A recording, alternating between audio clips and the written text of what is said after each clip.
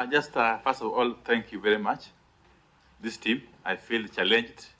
Maybe I should also start working on CII or Luo Professional Association to rival you or to emulate what the good work you are doing. But let me go to the point.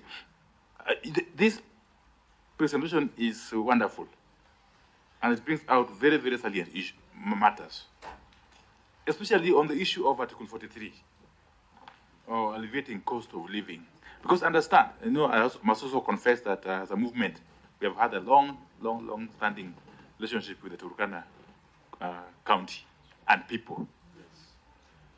The issue of climate change has been captured very well, which is causing havoc to the pastoral communities.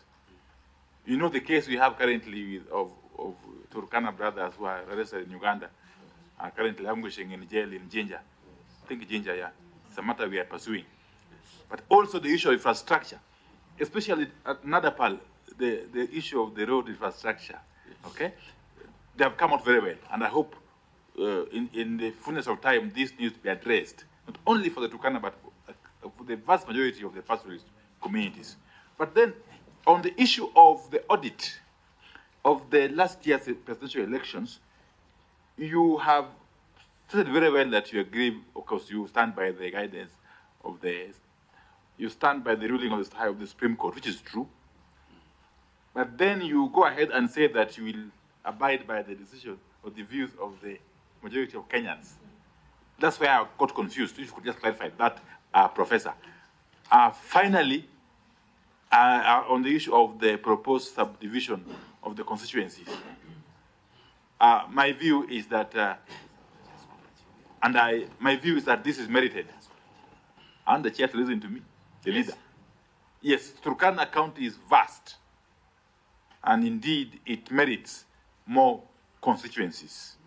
Yes, it merits more constituencies, and it's a matter, I think, which I'll be looking at in tandem with the rest of our work, okay? Because there are similar requests from other peoples, but this is very, very good, and we shall really benefit from this presentation. Thank you. Beatrice. Yes. Just a minute. Let's listen to. Yes, Beatrice, it's good. Why don't we just let everybody ask their questions or comments? Yes. I also join my colleagues in appreciating your detailed memorandum that speaks to most of the issues that this committee is trying to look into. Now, you professionals, I'm sure you have accountants, you have lawyers, you have all manner of professionals. And I've seen what you have, what you call recommendations on high cost of living. To alleviate the high cost of living, we recommend the following. There has been an outcry by Kenyans that the rate at which the current regime is introducing new taxes is contributing to the high cost of living.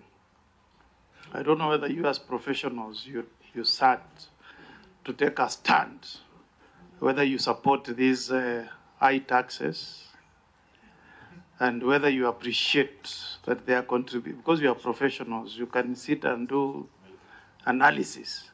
I don't know whether you have sat down to analyze how this is adversely affecting professionals.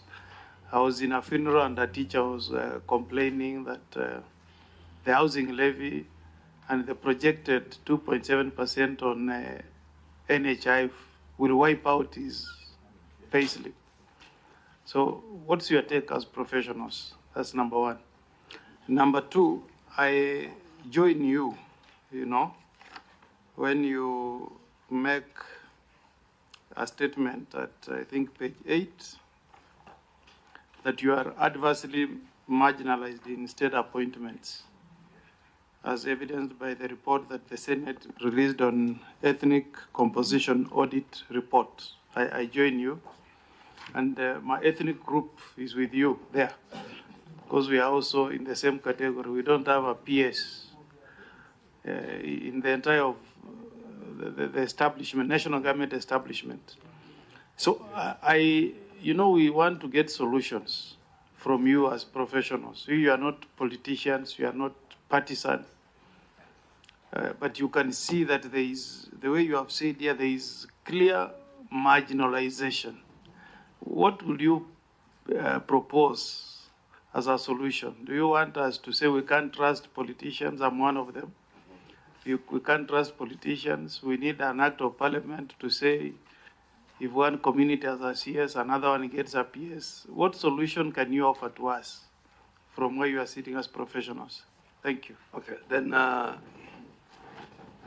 nice to see some one or two of my friends in the panel, including our dear sister, who today I know you're from Turkana.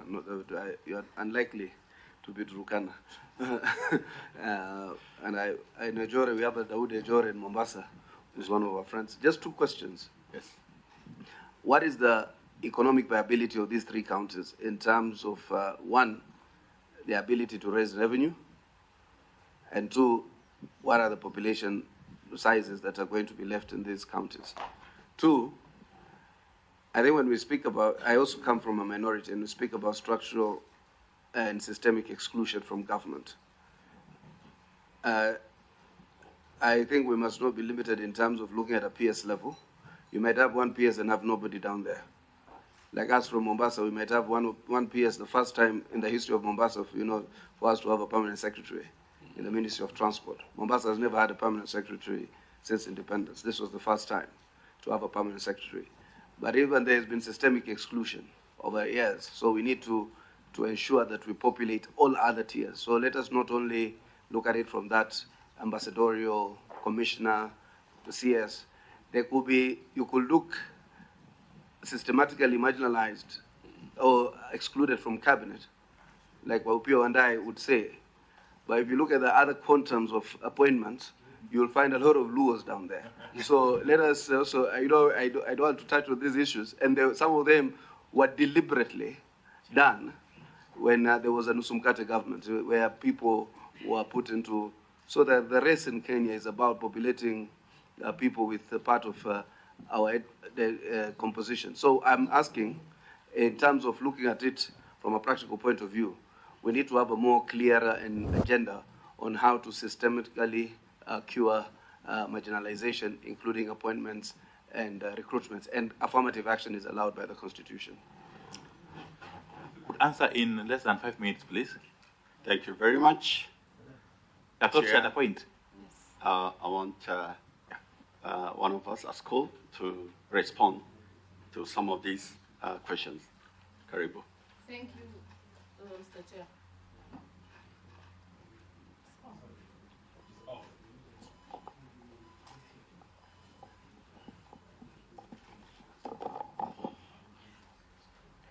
Thank you. I'm saying, Mr. Chair of the TPA, for this opportunity. Actually, there is issues that would want to make clear. As you see, our numbers are not huge enough, like the teams that came ahead of